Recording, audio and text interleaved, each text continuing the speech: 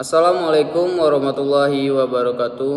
Perkenalkan, nama saya Syafril Hasan Siregar dari instansi Basarnas, Unit Kerja Kantor Pencarian dan Pertolongan Kelas B Bengkulu. Saya Angkatan 7, Kelompok 1. Dalam video ini, saya akan mendeskripsikan kondisi saat ini tentang pembahasan bela negara.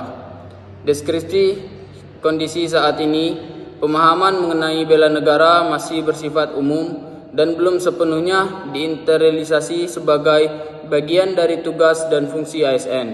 Pelatihan atau sosialisasi bela negara belum dilakukan secara rutin dan menyeluruh.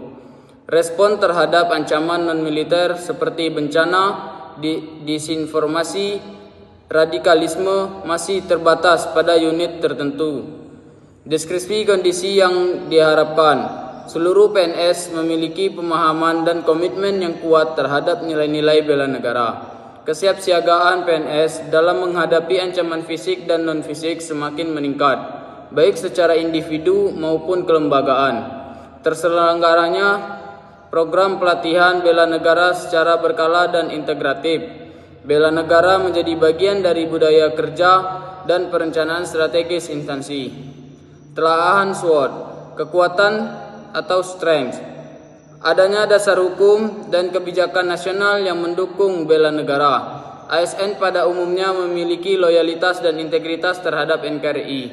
Struktur organisasi dan komando jelas untuk pengambilan keputusan cepat saat darurat.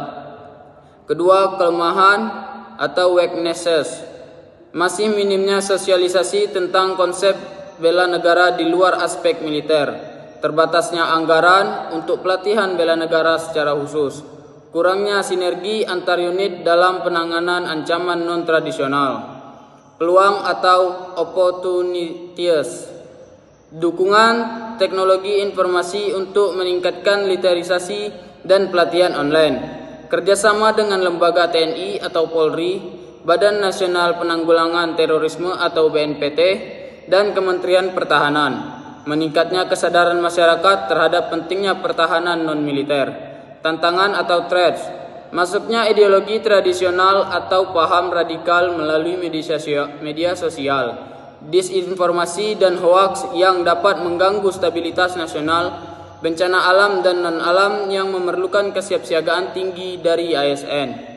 Keempat, rekomendasi upaya strategis dan sistematis. A. Aspek sumber daya manusia. Pelatihan rutin bela negara untuk ASN baik teori maupun simulasi praktis. Integritas nilai-nilai bela negara dalam orientasi CPNS dan diklat kepemimpinan. Penilaian kinerja ASN berbasis kontribusi terhadap tugas-tugas kebangsaan. B.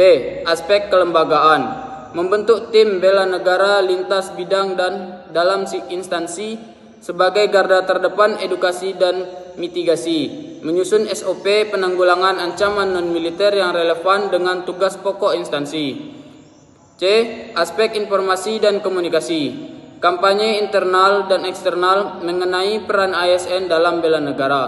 Membuat media edukasi interaktif seperti video, infografis, dan e-learning yang bisa diakses ASN kapan saja. D.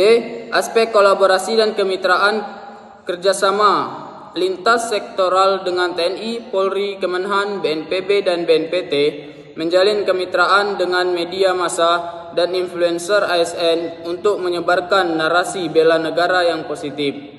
Mungkin cukup sekian video dari saya. We are family, Afiknam Jagat Samagram. Wassalamualaikum warahmatullahi wabarakatuh.